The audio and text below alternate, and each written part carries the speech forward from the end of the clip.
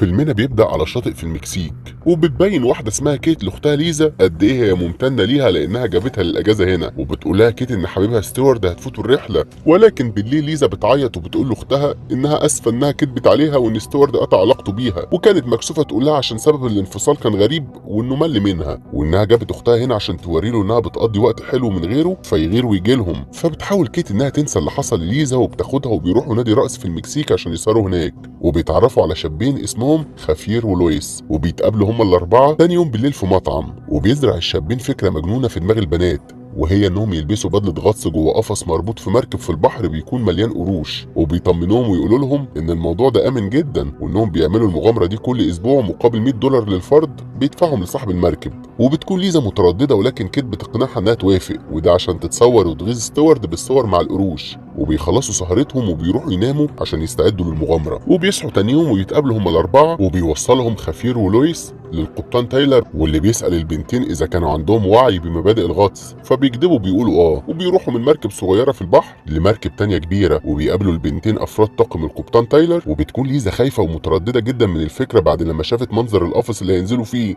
وقد ايه هو مصدي وشكل المركب قديم. وبيسوق القبطان تايلر المركب لحد ما بيوصلوا لنقطه بعيده عن الشاطئ وبيكون فيها اسماك القرش كتيره، وبيرمي الطاقم بتاع المركب دم ومخلفات اسماك بكميه كبيره في البحر عشان يستدرجوا القروش. وبعدها بشويه بتلاحظ كيت ان القروش بدات تيجي، ولكن برضه بتلاحظ ان اختها مش موجوده، فبتدور عليها وبتلاقيها في الحمام بترجع من خوفها وقلقها من المغامره. وبتقرر ليزا انها مش هتنزل، ولكن اختها بتقدر تهديها وتقنعها انها تنزل معاها. وبيجي الدور على خافير ولويس عشان يغطسوا بالقفص في الميه، وبينزل لهم القبطان وبيقفل عليهم باب القفص باحكام، وبيخلي الونش ينزلهم حوالي 5 متر عشان يعيشوا التجربه. وبعدها بيجي الدور على البنتين، وبتكون ليزا خايفه جدا وبتتنفس بسرعه، فبينصحها القبطان انها تهدى عشان كل ما قلقها بيزيد كل ما بتتنفس اسرع، وكل ما الاكسجين في الانابيب بيخلص اسرع. وبيقفل بدل الغطس عليهم كويس، وبيديهم جهاز قياس ضغط الهواء، وبيعرفهم ان لو نزل الضغط ال50 يعرفوه عشان يرفعهم بالونش، وانها لو حست باي وجع في ودانها لازم تعمل حركه معادله الهواء، ودي بتبقى عباره عن انها بتميل راسها لورا وبتبلع ريقها. وبيلبسوا بقيه عده الغطس، وبياخدوا معاهم كاميرا لويس، وبينزلوا بالقفص في الميه، وبيكونوا البنتين على عمق 5 متر تحت الميه، وبيفضلوا متصلين ببعض عن طريق اللاسلكي، وبيستمتعوا بمناظر الاسماك وبيتصوروا معاهم. ولكن الكاميرا بتقع منهم والقرش بياكلها، وبتبدا القروش بالظهور،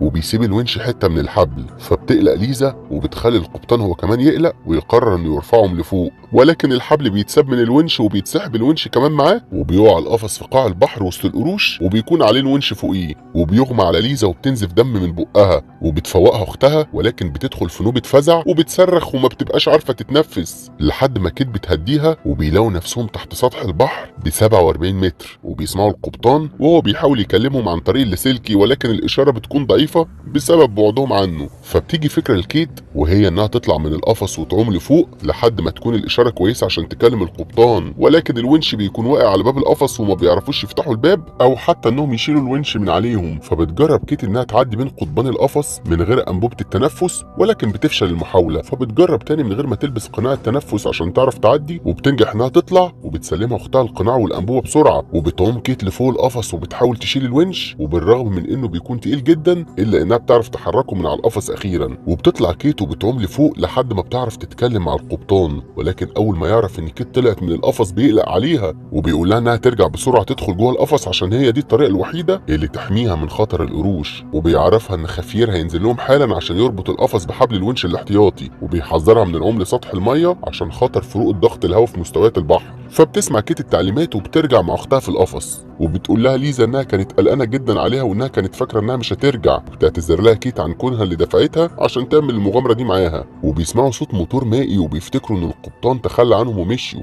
فبتخرج كيت تشوف ايه اللي حصل، وبتحاول تتصل بالقبطان وبتعوم لفوق عشان الاشاره، ولكن سمكه قرش بتهجم عليها، فبترجع للقفص ولكن الباب بيكون معلق، بس بتقدر تدخل في اللحظه الاخيره وبتهرب من القرش اللي كان بيكرر هجومه عليها، وبتدخل القفص وبتحمد ربنا انها لسه عايشه. ولكن القرش بيهاجم القفص نفسه وبيعض الحديد، وبيكون على وشك انه يكسره، ولكن بيرجع لوحده وبيعوم بعيد.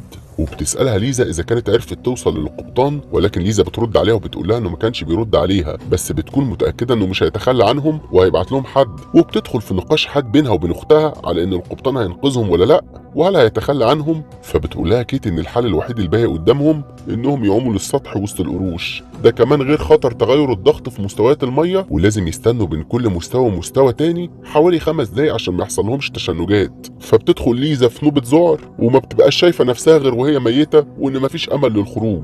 وبتقول لها ليزا ان العداد بيقول لها ان فاضل لها 80 درجه في انبوبه الاكسجين وما بتبقاش عارفه ده معناه ايه. فبتقول لها كيت ان فاضل لها 20 دقيقه بس بالنسبه للعمق اللي هم فيه دلوقتي، وبتقول لها كيت انها فاضل لها 30 ويخلص منها الاكسجين. ولكن فجاه بيسمعوا صوت في اللاسلكي وبيشوفوا كشاف نور قريب منهم، فبيفتكروه خفير ولكنه ما بيقربش منهم كانه مش عارف موقعهم فين بالظبط. فبتقرر ليزا انها تعوم وتروح له عند نور الكشاف اللي شايفينه. فبتنصحها كيت انها تفضل قريبه على قد ما تقدر من ارضيه البحر، وده عشان اسماك القرش بتهاجم بس من تحت. وبتعرفها ازاي تفرغ الضغط وبتحذرها انها تعوم على طول لفوق عشان ما تموتش. وبتقوم تجاه نور الكشاف ولكن قرش بيهاجمها، وبتعرف تستخبى بين الصخور لحد ما بيمشي. وبتوصل للكشاف وبتلاقي نفسها على حافه الهويه، وبيكون الكشاف عايم على منطقه ما بيتشافش فيها قاع البحر، وبتكون خايفه ولكنها بتكون مضطره تعوم ليه. بس بيكون الكشاف لوحده بس من غير خفير، وبتحاول تبلغ كيت بده ولكن الارسال بيتقطع. وبترتبك ليزا جدا وبتحاول ترجع لاختها ولكن قرش بيهاجمها وبيبعد عنها. وبتلاقي خفير قدامها مره واحده وهو بيزعق لها عشان ترجع للقفص، ولكن بتدخل عليهم سمكه قرش وبتهاجم خفير وبتموته. فبتهرب ليزا وبيرجع الارسال، وبتعرف تتكلم مع كيت اختها ولكن بتشوف جثه خفير فبتتخض وبتدور على انبوبه الاكسجين الخاصه بيه بس ما بتلاقيهاش معاه،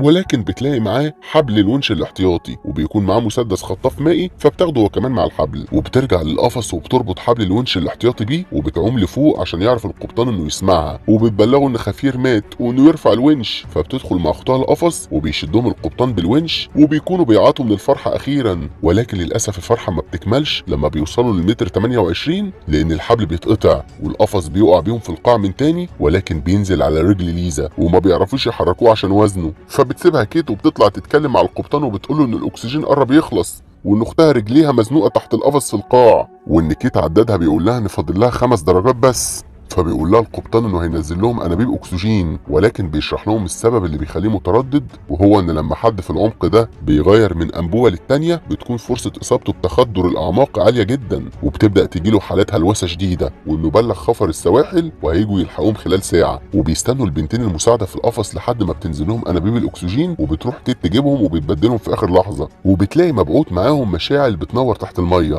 وبكده كل اللي هيعملوه انهم يفضلوا مستنيين خفر السواحل. وبتكون كيت في طريقها للرجوع للقفص ولكن بيهاجمها قرش وبياخدها بعيد، وبتقع انبوبه الاكسجين الاحتياطيه قدام القفص من بره، وبتفضل ليزا تعيط وما بتبقاش عارفه تتحرك بسبب رجليها، وبيكون باب القفص معلق وما بتعرفش تخرج حتى تبدل الانابيب.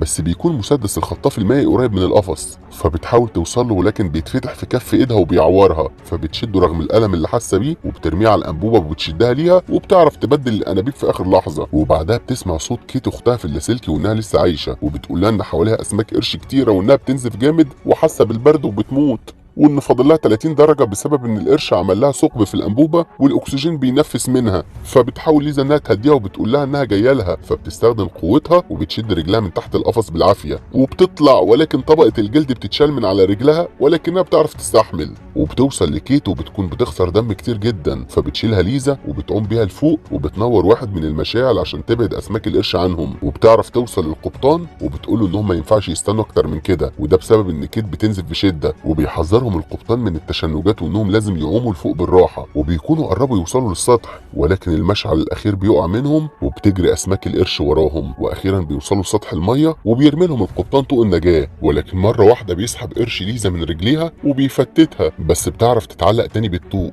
وبيفضل القبطان يشد الطوق لحد ما بيطلعهم هو والطاقم اللي على المركب، وبيحاولوا يوقفوا نزيفهم، ولكن ليزا بتحصل لها حاجه غريبه وبتلاقي نفسها بتهلوس وبتسمع صوت القبطان زي صوت اللاسلكي رغم انه قدامها، وبتطلع لسه في القاع وانها بتهلوس بانه تم انقاذهم. وبيكون القبطان بيكلمها على اللاسلكي بس ما بتردش لانها بتكون مخدره بسبب تغيير انبوبه الاكسجين في قاع البحر، وده اللي القبطان حذرهم منه. وبتكون كيت مش معروف مكانها فين بعد لما خطفها القرش، وبيجي لها خفر السواحل وبينقذ ليزا، ولكن في نهايه الفيلم برضه ما بنبقاش عارفين هل دي هلوسه برضه انهم لسه في قاع المحيط وهيموتوا ولا فعلا تم انقاذها.